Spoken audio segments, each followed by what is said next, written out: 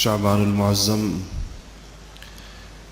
کے آخری دن چل رہے ہیں اور اس کے بعد رمضان المبارک کا مہینہ آنے کو ہے. ایک جمعہ درمیان میں اور باقی ہے. انشاءاللہ اللہ جل شانہ ہم سب کو اس نعمت سے بہرہ مند ہونے کی توفیق نصیب فرمائے اور ہمیں رمضان المبارک تک پہنچا دیں، کیونکہ کسی انسان کو اپنی زندگی کا بھروسہ نہیں ہے اور کسی کو اس کی کوئی ضمانت اور گارنٹی نہیں ہے کہ کس نے رمضان شریف پانا ہے اور کس نے نہیں پانا. صحابہ کرام رضوان اللہ تعالی علیہم اجمعین نے نبی کریم صلی اللہ علیہ وسلم کے رمضان سے متعلق معمولات بھی، ارشادات بھی، آپ کی کیفیت بھی، آپ کی عبادت بھی، لوگوں کے ساتھ آپ کی خیر خواہی اور آپ کی سخاوت بھی، ہر چیز کو بڑے اہتمام کے ساتھ محفوظ کیا ہے اور ہم تک پہنچایا ہے. آج ہمارے سامنے اگر اس حوالے سے کوئی تفصیل موجود ہے، اگر کوئی آپ صلی اللہ علیہ وسلم کی خواہ بات موجود ہو یا عمل موجود ہو یا کوئی نصیحت اور ارشاد موجود ہو، طریقہ کار موجود ہو، تو وہ انہی حضرات کی زبانی، حضرات صحابہ کرام رضوان اللہ تعالی علیہم اجمعین کی زبانی ہم تک پہنچا ہوتا ہے. صحابی روایت فرماتے ہیں کہ نبی کریم صلی اللہ علیہ وسلم جب رمضان کا وقت قریب آ جاتا تھا تو ہمیں ایک وعظ اور ایک خطبہ ارشاد فرماتے تھے، جس میں آپ یہ کہتے تھے کہ ایک مہینہ تم پر ایسا آنے والا ہے کہ جس میں اللہ جل شانہ کی طرف سے آسمانوں سے رحمت کے دروازے کھول دیے جاتے ہیں، اعمال کا اجر اور ثواب بڑھا دیا جاتا ہے اور نوافل کو، نفل عبادات کا جو اللہ پاک صلہ دیتا ہے وہ فرض کے برابر دیتا ہے اور فرائض کو اللہ جل شانہ 70 گنا اس کے ثواب کے اندر، اس کے اجر میں اللہ جل شانہ اضافہ فرما دیتے ہیں. امہات المؤمنین نبی کریم صلی اللہ علیہ وسلم کے معمولات کو بیان فرماتی ہیں اور کہتی ہیں کہ آپ رمضان شریف کی آمد پر چند چیزیں خصوصیت کے ساتھ اس میں بہت زیادہ اضافہ ہو جایا کرتا تھا. ایک تو آپ کی عبادت، ویسے بھی آپ بہت عبادت کرتے تھے لیکن رمضان شریف میں آپ کی عبادت اتنی بڑھ جاتی تھی کہ دیکھنے والوں کو ترس آتا تھا کہ آپ اس قدر اپنے آپ کو تھکا رہے ہیں. دیکھیں انبیاء علیہ الصلوۃ والسلام کے 24 گھنٹے کی زندگی ویسے ہی ایک مثالی زندگی ہوتی ہے، اس میں کوئی لمحہ خالی اور فارغ نہیں ہوتا اور کوئی لمحہ ایسا بھی نہیں ہوتا جو کسی کم درجے کے کام میں استعمال ہو رہا ہو. نبی کی زندگی ہے رمضان کے علاوہ بھی، لیکن آپ سوچیں کہ جن کی زندگی ویسے ہی عبادت سے عبارت ہے، عبادت ہی عبادت ہے جن کی زندگی کے اندر، اور 24 گھنٹے اللہ تعالیٰ کی رضا جوئی کے کاموں میں خرچ ہو رہے ہیں،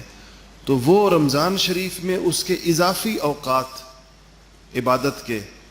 کہاں سے نکالتے ہوں گے؟ یقیناً وہ اوقات وہی ہیں جو ایک طبی زندگی میں انسان کو جو آرام چاہیے ہوتا ہے، جو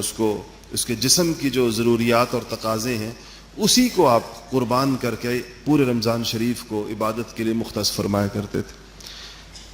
دوسری جس چیز کا ذکر آتا ہے جو خصوصیت کے ساتھ بڑھ جایا کرتی تھی وہ آپ کی سخاوت کا ذکر آتا ہے. ام المؤمنین رضی اللہ عنہا فرماتی ہیں کہ آپ کی سخاوت کسی تیز آندھی کی طرح ہوتی تھی. جس طرح آندھی اپنے ساتھ سب کچھ لے جاتی ہے، ایسے ہی آپ کی سخاوت بھی اپنے پاس موجود تمام چیزوں کو لے جایا کرتی تھی، کوئی چیز پیچھے بچا نہیں کرتی تھی۔ یہاں پر بھی اگر آپ غور کریں تو نبی کریم صلی اللہ علیہ وسلم تو سارا سال ہی سخی ہوتے تھے، اپنے پاس تو آپ نے کچھ رکھا نہیں، اور آپ کی عطا تو اس قدر زیادہ ہوتی تھی کہ لوگ ویسے حیرت کے اندر مبتلا ہو جاتے تھے، اور دینے پر یعنی جو مانگنے کے لیے آیا ہوتا تھا یا جس کو آپ دینے کا فیصلہ فرماتے تھے تو وہ اس میں ایک تو ضروری نہیں ہوتا تھا کہ صرف اپنے خاص لوگوں، قریبی لوگوں کو، آپ نے بعض ایسے لوگوں کو اتنا دیا ہے کہ ان کو اس کا تصور نہیں تھا کہ ہمیں یہ کچھ مل سکتا ہے۔ جن چند لوگوں سے مسلمانوں کو بہت سخت تکلیفیں پہنچی ہیں، ان میں سے ان قریش کے سرداروں میں سے ایک نام امیہ ابن خلف کا بھی ہے، جو جن کی وجہ شہرت ایک یہ بھی ہو سکتی ہے، کہا جا سکتا ہے کہ حضرت بلال رضی اللہ تعالیٰ عنہ کا یہ آقا تھا، اور حضرت بلال کو جو تکلیفیں پہنچتی تھیں اسلام لانے پر وہ اسی کے ذریعے پہنچتی تھی۔ یہ بدر میں قتل ہوا تھا، ان کے بیٹے اسلام لے کر آئے اور ان کا نام صفوان تھا۔ تو یہ حضرت صفوان بن امیہ رضی اللہ عنہ یہ کہتے ہیں کہ میں ایک دفعہ آپ صلی اللہ علیہ وسلم کے پاس گیا تو آپ نے مجھے اتنی بکریاں عطا فرمائیں، اتنا بڑا وہ ریوڑ تھا کہ دو پہاڑوں کے درمیان کی جگہ جو وادی کہلاتی ہے، تو کہا کہ ایک پوری وادی ان بکریوں سے بھری ہوئی غنیمت میں آئی، اور آپ نے وہ ساری کی ساری تنہا مجھے عطا فرما دی، کسی کو میرے ساتھ شریک نہیں کیا اس کے اندر۔ تو یہ صحابی رسول ضرور ہیں اور بڑی فضیلت کے مالک ہیں، لیکن ان قریبی رفقا میں ان کا شمار نہیں ہوتا جو پہلے دن سے اسلام لائے تھے اور آپ کے ساتھ تمام مکہ مکرمہ کی تکلیفیں جنہوں نے برداشت کی تھی۔ لیکن ان کے لیے جب آپ کی سخاوت کا سال کے وسط میں یہ عالم ہو تو آپ سوچیں کہ رمضان المبارک میں یہ نوعیت کیا ہوتی ہوگی اور کیسی ہوتی ہوگی۔ یہ دو چیزیں، عبادت اور سخاوت، یہ خاص اس مہینے کے ساتھ حضور صلی اللہ علیہ وسلم کے معمولات میں آتی ہے۔ ایک تیسری چیز جس کو ہم اگر سمجھ جائیں تو اللہ جل شانہ ہمیں اس مہینے سے صحیح معنوں میں مستفید فرمائیں گے۔ بعض کام ایسے ہوتے ہیں جو حسن نیت کی وجہ سے یا جو کسی واسطے اور ذریعے کی وجہ سے عبادت بنتے ہیں، مطلب اس کا وہ کام کچھ اور ہوتا ہے لیکن اس میں اگر نیت کر لی جائے تو وہ عبادت بن جاتا ہے، نیت نہ کی جائے تو عبادت نہیں بنتا۔ جیسے تجارت انسان کا ذریعہ معاش ہے، کمانے کے لیے ہے، لوگ کماتے ہیں ان ذریعوں سے، لیکن اگر اس میں نیت کر لی جائے کہ اچھی نیتیں اس میں کر لی جائیں، رزق حلال کمانے کی، لوگوں کو اپنے حقوق ادا کرنے کی، امت مسلمہ کی معاشی طاقت میں اضافے کی، اس قسم کی نیتیں اگر کر لی جائیں تو تجارت عبادت بن جاتی ہے۔ رمضان المبارک میں جو عبادت مقصود ہے وہ براہ راست عبادت ہے۔ براہ راست عبادت کا مطلب وہ چیزیں جو اپنی ذات میں عبادت ہے، جیسے کہ تلاوت عبادت ہی ہوتی ہے، یہ جیسے کہ نوافل، جیسے کہ اذکار ذکر کرنا، درود شریف پڑھنا، اور نفلی عبادات جس قسم کی آتی، اس میں آپ صلی اللہ علیہ وسلم کے معمولات میں جو اضافہ ہوتا تھا وہ ان چیزوں کا ہوتا تھا۔ یہ چیزیں آپ کی بڑھ جایا کرتی تھیں رمضان المبارک میں، اور عبادت سے انسان کے زیادہ سے زیادہ مستفید ہونے کے لیے جو انسان کو جو سپورٹ چاہیے، انسان کو جو اس کے لیے مدد چاہیے، اللہ جل شانہ نے رمضان میں اس کا خاص طور پہ بندوبست فرمایا۔ عبادت انسان ویسے بھی کر سکتا ہے، لیکن عبادت کو جو دو رکاوٹیں انسان کے سامنے کھڑی ہوتی ہیں، اللہ جل شانہ رمضان شریف میں ان دونوں رکاوٹوں کے لیے کچھ بندوبست فرماتے ہیں۔ ایک رکاوٹ انسان کو اندرونی ہے اور ایک رکاوٹ اس کی بیرونی ہے۔ اندرونی رکاوٹ اس کو اپنے نفس کی طرف سے ہے کہ نفس انسانی رمضان المبارک میں اللہ جل شانہ نے اس کی خواہشات کو لگام دینے کا اور اس کی طلب کو کم کرنے کا اور عبادت کے رستے میں اس کے کھڑا ہونے کو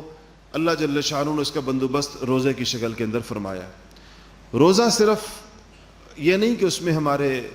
کھانے پینے کے اوقات بدل جاتے ہیں، بلکہ روزے کی اللہ جل شانہ نے اس کی تقویم ایسے کی ہے کہ وہ پوری انسانی زندگی پر اس کا اثر ہوتا ہے۔ اور دوسرا جس مخالفت کا انسان کو سامنا کرنا پڑتا ہے اپنی زندگی میں اپنی اصلاح کے لیے، وہ شیطان کا ہے۔ تو اللہ جل شانہ شیطان کو رمضان شریف میں اس کی دسترس، یعنی اس کا جو ایکسس ہے انسانوں تک، اس کو محدود کر دیتے اور وہ اس طریقے کے ساتھ انسانوں کی زندگی پر میں مداخلت نہیں کر پاتا جیسے کہ وہ عام دنوں میں کرتا ہے۔ یہ دو اتنی بڑی چیزیں انسان کو حاصل ہو جاتی ہیں رمضان میں اگر وہ اس کی روح کو اور اس کی اسپرٹ کو متاثر نہ کرے خود اپنے کسی عمل کی وجہ سے۔ دیکھیں نفس جو ہے، نفس انسانی، یہ انسان کی اس کی جو عکاسی ہوتی ہے، اس کا جو پتہ چلتا ہے، اس کا جو اظہار ہوتا ہے، وہ انسانی عادات میں ہوتا ہے، عادتوں میں۔ ہمارے سونے جاگنے کے اوقات، ہمارے کھانے پینے کے معمولات، ہمارے لوگوں کے ساتھ رویے اور برتاؤ، ہمارا اخلاق اور کردار، یہ سب ہمارے نفس کی ایک ریپریزنٹیشن ہے، ایک اس کا اظہار ہے، ایک اس کا سامنے آنا۔ اس میں نفس انسانی جھلکتا ہے۔ اصلاح شدہ نفس کا بھی پتہ چلتا ہے اور غیر اصلاح شدہ نفس کا بھی پتہ چلتا ہے۔ اصلاح نفس میں ایک چیز جو بڑی مؤثر ہوتی ہے وہ اللہ والوں کی صحبت ہوتی ہے، کہ جن لوگوں نے صحبت اٹھائی ہوتی ہے ان میں کچھ نہ کچھ اللہ والوں کے اخلاق آ جاتے ہیں۔ تو حکیم الامت حضرت مولانا اشرف علی صاحب تھانوی رحمۃ اللہ علیہ فرماتے ہیں کہ اگر میرے سامنے کوئی اجنبی انجان شخص بھی لایا جائے، بیٹھ جائے میرے ساتھ آ کر، تو میں 2 منٹ میں یہ بتا سکتا ہوں کہ اس نے کسی بزرگ کی، کسی اللہ والے کی، کسی اچھے اخلاق والے کی، کسی عبادت گزار اور کسی نیک آدمی کی کبھی صحبت اٹھائی ہے یا نہیں اٹھائی ہے۔ 2 منٹ میں اس بات کا اس بندے کی گفتار سے، اس کے اطوار سے، اس کے اٹھنے بیٹھنے کے انداز سے اس بات کا پتہ چل جاتا ہے۔ اور یہ حقیقت ہے، آپ کو بھی اس کا تجربہ ہوتا ہوگا اور ہمیں بھی ہوتا ہے، لوگوں کے ساتھ واسطہ تعلق رہتا ہے کہ جن لوگوں کو نیک لوگوں کے ساتھ رہنے کا کسی بھی درجے کے اندر موقع ملا ہو، اس کا لازمی اثر ان کے بولنے پر اور ان کی گفتگو میں، ان کے نشست و برخاست میں، ان کی مجلس میں، ان کی باتوں میں آ جاتا ہے بالآخر۔ تو رمضان شریف میں اللہ جل شانہ نے اس کا ایک پوری ایک فضا اس بات کی ہمارے لیے بنا دی ہے کہ اگر اس میں کوئی اپنی مستقل اصلاح کرنا چاہے، اپنا تزکیہ کرنا چاہے اور اللہ جل شانہ کا قرب حاصل کرنا چاہے اور اپنی عادات سے چھٹکارا حاصل کرنا چاہے، جو انسان کے لیے عام حالات میں سب سے مشکل ترین کام ہے، وہ رمضان میں بخوبی ہو سکتا ہے۔ عادت انسانی ایک ایسی چیز ہے کہ یہ جتنی طویل مدت اس پہ گزر جائے یہ اتنی پختہ ہو جاتی ہے، پکی ہو جاتی ہے اسی طریقے سے۔ اسی لیے عام طور پر جب بھی کوئی اصلاح کی یا تزکیے کی نئی دعوت اٹھی ہے، تاریخ اسلام میں آپ دیکھ لیں، 1400 سالوں میں آپ دیکھ لیں، تو نئی دعوت پر، چاہے وہ اسلام کی دعوت تھی یا چاہے وہ بعد کی صدیوں میں اصلاح کی یا ریفارمز کی یا تزکیے کی دعوتیں اٹھائیں مختلف مصلحین نے، مجددین نے، تو آپ دیکھیں گے کہ ان دعوتوں پر جو سب سے پہلا پرجوش لبیک ہوتا ہے وہ نوجوان طبقے کی طرف سے آتا ہے۔ نوجوان اس کام کے دست و بازو بن جاتے ہیں اور بڑی عمر کے لوگوں کو اس میں سمجھنے میں اور اس کا پرجوش ساتھ دینے میں مسئلہ ہوتا ہے۔ اس کی وجہ یہ ہوتی ہے کہ ان کی پرانی عادتیں پختہ ہوتی ہیں۔ ان پختہ عادتوں پر کسی نئے بات کو قبول کرنا، اپنے آپ کو اس کے مطابق ڈھال لینا، اس کے مطابق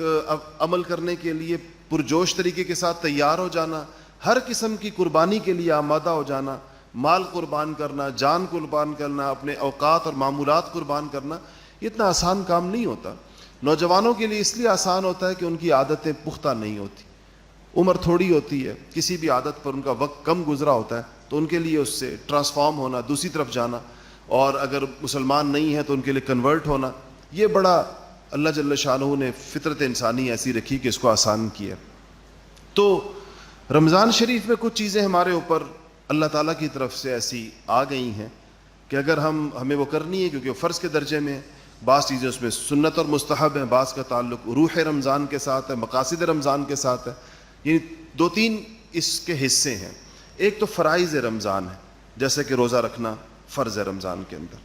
پھر کچھ رمضان کے واجبات ہیں، جیسے کہ تراویح پڑھنا، سنت موقدہ کی وہ قسم ہے جو واجب کے درجے میں، تو وہ جس کو پورے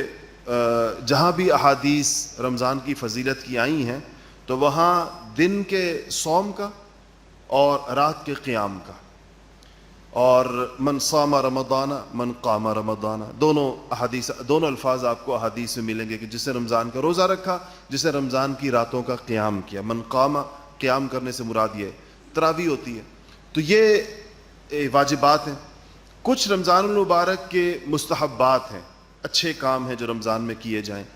اور کچھ رمضان کے مقاصد اور اس کی روح ہے کہ اس سے وہ پورے سال کا جو فائدہ پہنچنا ہوتا ہے، بقیہ 11 مہینوں میں جو فائدہ انسان کو پہنچنا ہوتا ہے۔ ایک چیز ہم اس بات کو سمجھ لیں، اگر اس سب کا انسان لحاظ کرے تو یہ رمضان اس کی زندگی کو بدل دینے والا رمضان ہو سکتا ہے۔ یہ رمضان اس کے لیے ایک نئی زندگی کا نقطہ آغاز ہو سکتا ہے، بشرطے کہ انسان اس کو پورے طور پر سمجھے اس ساری بات۔ ایک بات تو ہم یہ سمجھیں کہ اللہ جل شانہ نے سال میں 1 مہینہ رکھا رمضان کا اور 11 مہینے نہیں رکھے۔ اس کا واضح مطلب یہ ہے کہ خالق کائنات نے اور انسانوں کے خالق و مالک نے، جو انسانوں کو بنانے والا ہے اور ان کی ضروریات اور ان کے جسم اور اس کی باڈی کیمسٹری اور اس کے روحانی اور جسمانی مسائل سے، ظاہر بات ہے کہ اس کے خالق و مالک سے زیادہ واقف کون ہو سکتا ہے، اس کو بخوبی یہ علم ہے، اور اسی علم کی بنیاد پر اس نے یہ انسانوں کے لیے تجویز کیا ہے اور طے کیا ہے کہ اگر 1 مہینہ کوئی انسان اس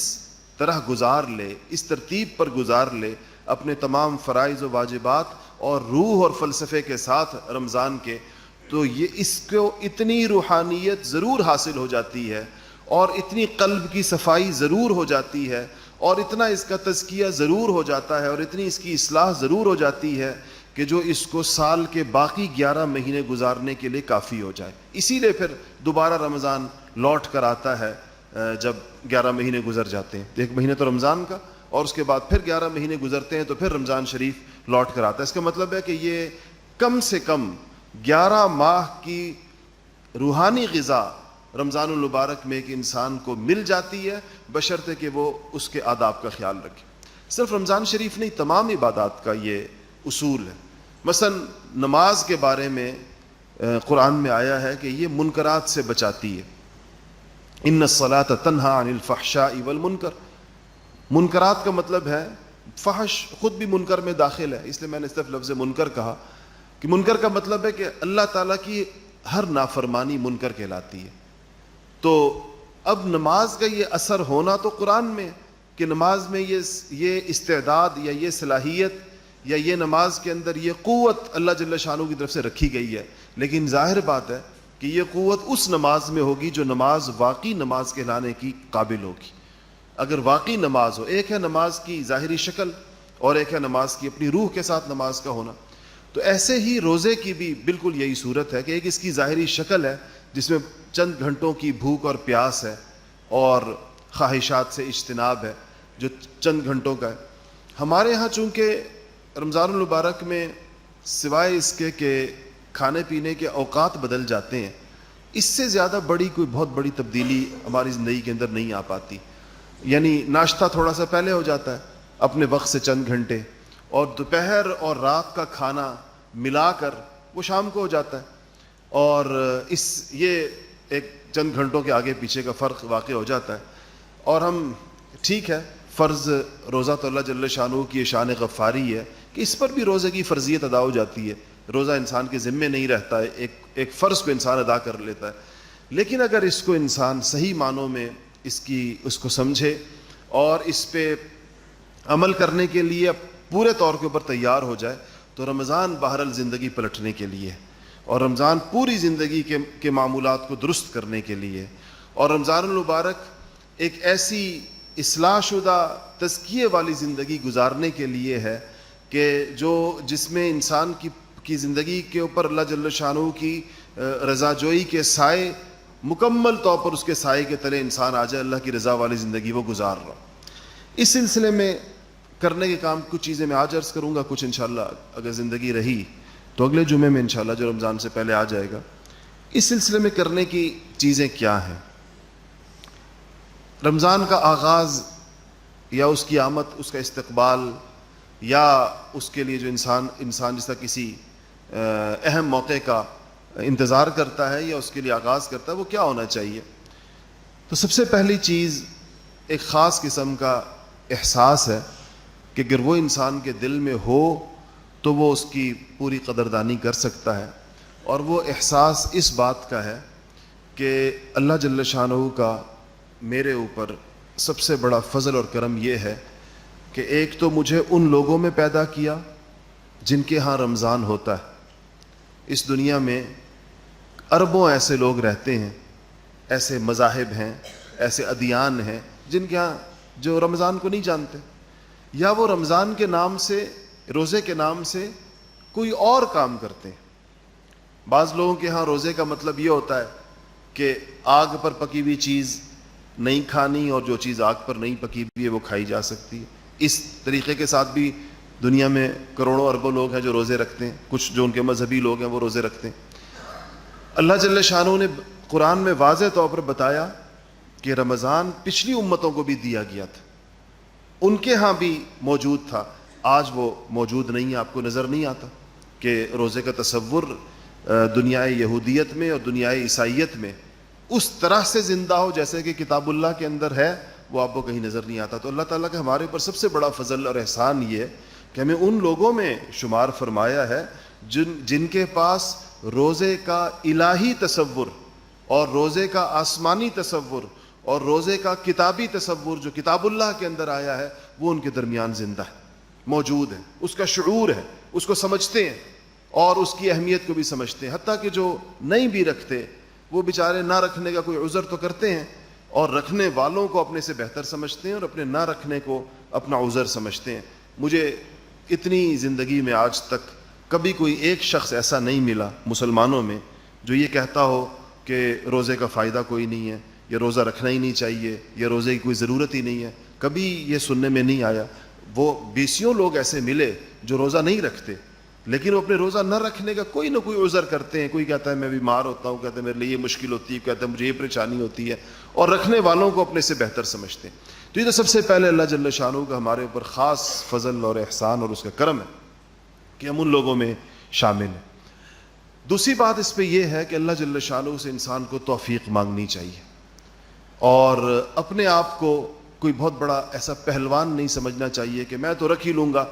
چاہے ہمیشہ رکھیں اور آج بھی رکھ لوں گا. ہمارے ہاں جہاں جن علاقوں کے اندر روزہ رکھنے کا رواج بہت زیادہ ہے, تو وہ روزے کو اللہ تعالیٰ کی توفیق کی بجائے اور اللہ تعالیٰ کی عطا کی بجائے کوئی اپنی ذاتی غیرت کا مسئلہ سمجھتے ہیں کہ روزہ رکھ تو ہم رکھ ہی لیتے ہیں, اس میں کون سا مشکل کام ہے. یہ عبادت کا انداز یہ نہیں ہوتا. عبادت جو ہے وہ اللہ تعالیٰ کی توفیق سمجھ کے رکھی جاتی ہے, اللہ تعالیٰ کی عطا سمجھ کر کی جاتی ہے. یہ کوئی کشتی یا کوئی پہلوانی نہیں ہے کہ انسان کہے کہ میں تو جو ہوں بہت بڑا ریسلر ہوں تو میں تو کر ہی لوں گا فلانے کام کو. اس کو تواضع کے ساتھ اور انکسار کے ساتھ اللہ تعالیٰ کی عطا توفیق ہے تو اللہ کی طرف سے. اللہ جل شانہ توفیق کسی وقت بھی سلب کر سکتے ہیں, کسی کی توفیق بھی چھین سکتے ہیں. تمام تر قوتوں کے ہوتے ہوئے اللہ جل شانہ چھین سکتے ہیں. اس لیے اس میں انسان بڑے انکسار اور تواضع کے ساتھ اللہ جل شانہ سے توفیق مانگے کہ یا اللہ میرے لیے اس کو آسان فرما دے. کیونکہ کتنے صحت والے ہٹے کٹے لوگ ہیں جو نہیں رکھتے, اور کتنے ایسے بیمار ہیں جو اپنی تمام بیماریوں کے باوجود توفیق ان کو مل جاتی. کیسے کیسے مریضوں کو ہم بعض اوقات دیکھتے ہیں کہ وہ پورا رمضان اللہ جل شانہ کی خصوصی توفیق کی وجہ سے, رمضان سے پہلے کوئی ان کے بارے میں پیشن گوئی نہیں کر سکتا کہ یہ روزے رکھ لیں گے, لیکن رمضان شریف میں ان کو توفیق مل جاتی ہے. اللہ تعالیٰ سے مانگ لیتے ہیں, اللہ پاک ان کو عطا فرماتے ہیں. تو صحت مندوں کو بھی مانگنا چاہیے, اپنی صحت کے برتے پر اور اپنی صحت کے بھروسے پر اور اپنے صحت کے غرور میں نہیں رہنا چاہیے کہ میں تو رکھ ہی لوں گا, مجھے کیا مسئلہ ہے. اور بیماروں کو اپنی بیماری سے سے شکست نہیں کھانی چاہیے، مایوس نہیں ہونا چاہیے کہ میں تو بیمار ہوں، ابھی سے ہم طے کر لیں کہ ہم نہیں رکھیں گے کیونکہ ہم تو ویسے ہی بیمار ہیں، بلکہ جب تک رمضان شروع نہیں ہوتا گڑ گڑا کر اللہ جل شانہ سے اس توفیق کو مانگا جائے کہ یا اللہ مجھے میرے لیے اس کو آسان فرما، مجھے یہ توفیق عطا فرما، اور تیرے دینے سے ہی میں اتنی بڑی عظیم الشان عبادت کے لیے تیار ہو سکوں گا، اور اگر تجھے منظور نہ ہو تو میرے لیے خود اپنے طور پر یہ چیز ممکن نہیں ہے۔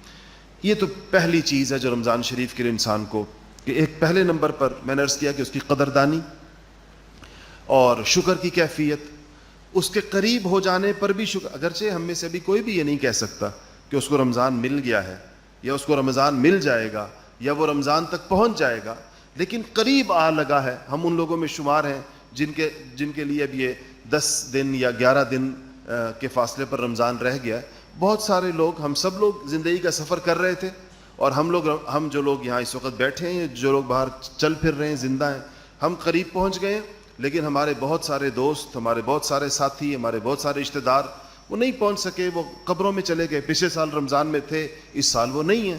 تو اس لیے ہمیں سب سے پہلے تو یہ اللہ تعالیٰ کی طرف سے ایک مہلت اور ملنا، ایک موقع اور ملنا، اور ایک رمضان اور ملنا، اس کو بہت زیادہ قدر کی نگاہ سے دیکھیں، اور دوسرے نمبر پہ یہ کہ ہم اس کی توفیق اللہ پاک سے مانگیں۔ تیسری اس کی تیاری یہ ہے کہ ہم صدق دل سے، اپنے دل کی گہرائیوں سے اللہ جل شانہ کے سامنے توبہ کر کے آغاز کریں رمضان کا۔ توبہ ایک ایسی چیز ہے کہ یہ پچھلی تمام چیزوں کو گرا دیتی ہے۔ دو چیزیں ایسی ہیں کہ وہ انسان کی پچھلی زندگی کو بالکل مکمل طور پہ اس کے کاموں کو یا اس کے اعمال کو ختم کرتی ہیں۔ ایک آپ صلی اللہ علیہ وسلم نے فرمایا کہ اسلام لانا، جب انسان مسلمان ہو جاتا ہے، جو غیر مسلم مسلمان ہوتا ہے، اس کا اسلام لانا اس کی سابقہ زندگی کو مکمل طور پہ ختم کر دیتا ہے، یعنی اس کی سابقہ زندگی کے گناہوں کو ختم کر دیتا ہے، کوئی چیز ایسی باقی نہیں رہ جاتی جس کا اسے سوال ہو۔ اور توبہ بھی ایسی ہی چیز ہے، اس فرق کے ساتھ کہ مسلمان کی توبہ کے ساتھ کچھ حقوق ہیں جانی اور مالی کہ وہ اس کو بہرحال ادا کرنے ہوتے ہیں، وہ توبہ سے معاف نہیں ہوتے۔ انسانوں کے حق تو سارے کے سارے، انسانوں کے حق سے مراد یہ کسی کا پیسہ دینا ہے تو وہ اس کو دینا ہوگا، توبہ کرنے سے تو معاف نہیں ہوتا۔ اسی طرح کسی کو تکلیف پہنچائی ہے تو اس سے معافی مانگنی ہوگی، وہ بھی توبہ کرنے سے صرف معاف نہیں ہوتی۔ اسی طرح کسی کی غیبت، کوئی اس کی کردار کشی، کوئی اس کی آبرو ریزی کی ہے تو اس سے معافی مانگنی ہوگی، اور وہ صرف توبہ کرنے سے معاف نہیں ہوتی۔ یہ تو اسی طرح اگر خدا نخواستہ صلہ رحمی میں کوئی قطع رحمی کی ہے، والدین کی نافرمانی کی ہے، رشتہ داروں کے حقوق میں حق تلفی کی ہے، تو وہ ساری چیزیں جو درست کرنی ہوں گی۔ اس میں توبہ کا مطلب یہ ہے کہ اگر لوگوں کے جو حقوق وابستہ ہیں وہ لوگ اس کو معاف کر دیں اور یہ توبہ کر لے تو اللہ جل شانہ اس کو معاف فرما دیتے ہیں۔ اس کا تعلق تو ہے حقوق العباد سے۔ حقوق اللہ کے اندر توبہ کا مطلب یہ ہے کہ جو اس سے کوتاہی ہوئی ہے اللہ جل شانہ وہ تو معاف فرما دیں گے، فرائض اس کو ادا کرنے ہوں گے، جو نمازیں باقی ہیں وہ بھی ادا کرنی ہیں، جو روزے باقی ہیں وہ بھی ادا کرنے ہیں، اور اگر حج کسی کے ذمہ باقی ہے تو وہ بھی ادا کرنا ہے، اور کسی کی سابقہ زکاتیں باقی ہیں تو اپنی زکاتیں بھی ماضی کے تمام حسابات کے ساتھ اس کو ادا کرنا ہے۔ اور اس کے ساتھ توبہ ہوتی کہ پھر اللہ جل شانہ اس کوتاہی کو، اس مؤخر کرنے کو، اب تک نہ ادا کرنے کو، ان چیزوں کو اللہ جل شانہ معاف فرما دیتے ہیں۔ تو توبہ کا اصل مفہوم یہ ہے۔ ہم لوگوں کے یہاں بعض اوقات توبہ کا مطلب یہ سمجھا جاتا ہے جو بالکل غلط مطلب ہے کہ اس کے بعد کوئی حق اور کوئی فرض باقی نہیں رہتا، ماضی کا وہ رہتا ہے۔ تو تیسرے نمبر پر یہ ہے کہ انسان صدق دل کے ساتھ اللہ جل شانہ سے توبہ کرے، اور اس ماحول سے جو اس کے لیے بننے والا ہے، آپ اس کی فضا دیکھ لیں گے، رمضان المبارک کی پہلی رات میں ہی آپ مسجد کی رونق دیکھ لیں گے، اور اپنے بازاروں پر بھی اس کا اثر دیکھ لیں گے، لوگوں پر بھی اس کا اثر، عام طور پر انسان کے اخلاق پر اثر پڑ جاتا ہے۔ جب انسان کا پیٹ خالی ہوتا ہے تو اس کا نفس مرجھایا ہوا ہوتا ہے، پھر اس کے اندر وہ قوت نہیں ہوتی لڑنے کی، جھگڑنے کی، لوگوں کے ساتھ منہ ماری کرنے کی، یہ چیزیں کمزور پڑ جاتی ہیں۔ اس کا اثر ایک مجموعی طور پر پورے معاشرے کے اوپر آیا ہوتا ہے، ہر بندہ اس کو محسوس کر رہا ہوتا ہے۔ اللہ والوں کو تو اللہ تعالیٰ ذرا اور بھی زیادہ انوارات اس کے دکھا دیتے ہیں، ان کو اس کا پورا احساس ہو جاتا ہے کہ یہ کس طرح کا، کس فضا کے اندر کیا تبدیلی واقع ہوئی ہے اللہ جل شانہ کی طرف سے جو رحمتیں اتر رہی ہیں اس رحمت کے کیا آثار ہیں فضا کے اوپر، وہ ساری چیزیں انسان کے لیے مفید ہو جاتی ہیں اگر وہ آغاز اس طریقے کے ساتھ کرے۔ چوتھی چیز یہ ہے کہ رمضان کے لیے انسان اپنے لیے نظام الاوقات پہلے سے بنا لے، اس کو سوچ کر کہ یہ گھڑیاں بہت ہی محدود ہیں، بہت ہی کم ہیں۔ اگر زندگی رہی تو آج ہم استقبال کی باتیں کر رہے ہیں، اگر زندگی رہی تو ہمیں چشم زدن میں پلک جھپکتے ہمیں پتہ ہی نہیں چلے گا، اور ہم کہیں گے کہ آج رمضان شریف رخصت ہو رہا ہے اور اب 2 دن رہ گئے اور اب 3 دن رہ گئے۔ اسی طرح ہماری زندگی کے سارے رمضان گئے ہیں، آج سے پہلے بھی اسی طرح گئے ہیں۔ جتنے لوگ یہاں تشریف فرما ہیں، کسی نے 15 رمضان دیکھے ہوں گے، کسی نے 40 دیکھے ہوں گے، کسی نے 50 دیکھے ہوں گے، کیسے زندگی سے رخصت ہو جاتے ہیں۔ تو ان گھڑیوں کو گنا چنا سمجھنا، اس پر ہمارے بزرگوں میں سے شیخ الحدیث مولانا زکریا صاحب کاندھیلوی رحمۃ اللہ علیہ پر بڑا اس بات کا غلبہ تھا کہ رمضان کی ایک ایک گھڑی کو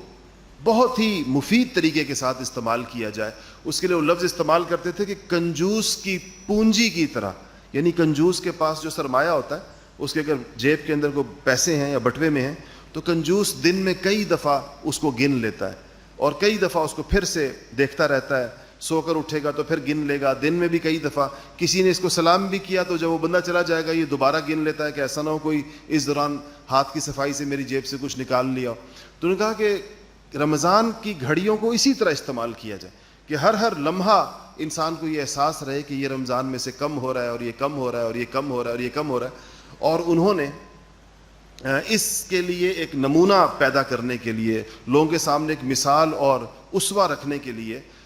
قریب کے زمانے کے بزرگوں میں، کیونکہ اب دیکھیں ہم اگر آپ کو حضرات صحابہ کرام کا معمول بتائیں تو لوگ کہتے ہیں کہ جی وہ تو بڑے لوگ تھے، 1400 سال پہلے یہ سب کچھ ممکن تھا۔ آج کے قریب کے زمانے میں ان تمام مشکلات کے ہوتے ہوئے یا مسائل کے ہوتے ہوئے، اسی ماحول کے ہوتے ہوئے، انہوں نے کچھ بزرگوں کے حالات مرتب کیے ہیں۔ اس رسالے کا نام رکھا ہے کہ اکابر کا رمضان، کہ اللہ والے رمضان کیسے گزارتے ہیں۔ اس میں بڑے بڑے حضرات کے، معروف بزرگوں کے، اللہ والوں کے، لیکن قریب کے زمانوں کے، جن کو ان لوگوں کے حالات جمع کیے جن کو انہوں نے خود دیکھا تھا، جن کے معمولات خود دیکھے اپنی آنکھوں سے۔ اور اس میں وہ مجھے جو سب سے عجیب بات لگی، اس میں آخری بات ہے وہ ختم ہو گیا، کہ اس میں حضرت مولانا شاہ عبد الرحیم صاحب رائے پوری رحمۃ اللہ علیہ کے حالات میں لکھا ہے کہ رمضان شریف شروع ہوتا تھا تو وہ تمام اپنے مریدوں کو اور اپنے شاگردوں کو اس بات سے منع کرتے تھے کہ کوئی خط نہ بھیجے رمضان میں۔ اصلاحی خط بھی نہیں آتے تھے جس کے اندر وہ لوگ اپنے اصلاحی معاملات لکھتے تھے، وہ جواب، اس کو ڈاک بند ہو جاتی تھی اور ملاقات بند ہو جاتی تھی۔ تو کہتے ہیں ان کی مسجد تھی اور اس سے تھوڑے سے فاصلے پر حجرہ تھا مسجد کے سامنے، اسی ایک ہی احاطے کے اندر۔ تو ایک خاص، وہ صرف 2 لوگ ایسے تھے جن کو استثناء تھا ان کے خاص لوگوں میں سے جو آتے تھے، اور وہ ان کو سحری اور افطاری اور یا ان کے پاس تھوڑی دیر بیٹھتے تھے۔ ویسے عام ملاقات رمضان شریف میں بند کر دیا کرتے تھے، لوگوں سے نہیں ملتے تھے۔ تو کہتے ہیں کہ جب وہ ایک تو خوراک، کہتے ہیں مجھے ان کی اس پہ تعجب ہوتا تھا کہ رمضان شریف میں ان کی خوراک سمٹتے اس قدر کم ہو جاتی تھی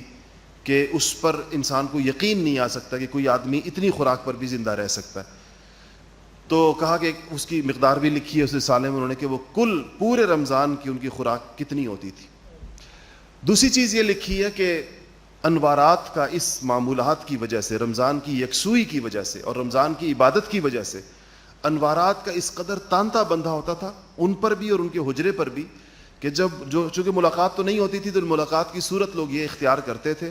کہ جب نماز کے وقت وہ حجرے سے نکل کر مسجد میں آتے تھے تو ان کے رستے کے دونوں طرف لوگ کھڑے ہو جایا کرتے تھے اور ان کو سلام کرتے تھے، وہ وعلیکم السلام کہہ کر، لیکن ملتا بات کوئی نہیں کرتا تھا، سلام اور سلام کا جواب ہوتا تھا۔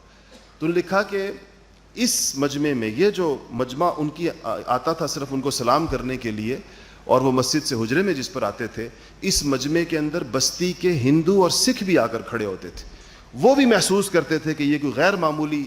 وقت ہے اور ان کے اوپر اس کی غیر معمولی اثرات ہیں اس چیز کے۔ وہ بھی آ کر اس منظر سے کہ ان کا تھوڑے وقت کے لیے باہر نمازوں کے لیے تو آتے تھے، 5-6 نمازوں کے لیے، لیکن جو رمضان شریف کے انوارات کا تانتا کسی انسان پر ہو سکتا ہے اس کا لطف غیر مسلم بھی اٹھایا کرتے تھے یا وہ بھی اس کو محسوس کیا کرتے تھے۔ اس سے آپ اندازہ لگائیں کہ خود اہل مسلمانوں کے لیے یہ کتنی بڑی چیز ہو سکتی ہے اگر اس میں اس یکسوئی کا اہتمام کیا جائے۔ تو اس حوالے سے کچھ کرنے والے کاموں کی جو ایک مختصر سی فہرست ہے یا اس اوقات کے زیادہ سے زیادہ قیمتی بنانے کے حوالے سے انشاءاللہ کہ زندگی رہی تو اگلے جمعے اس کے اوپر گفتگو ہوگی. اللہ پاک ہم سب کو عمل کی توفیق نصیب فرمائے.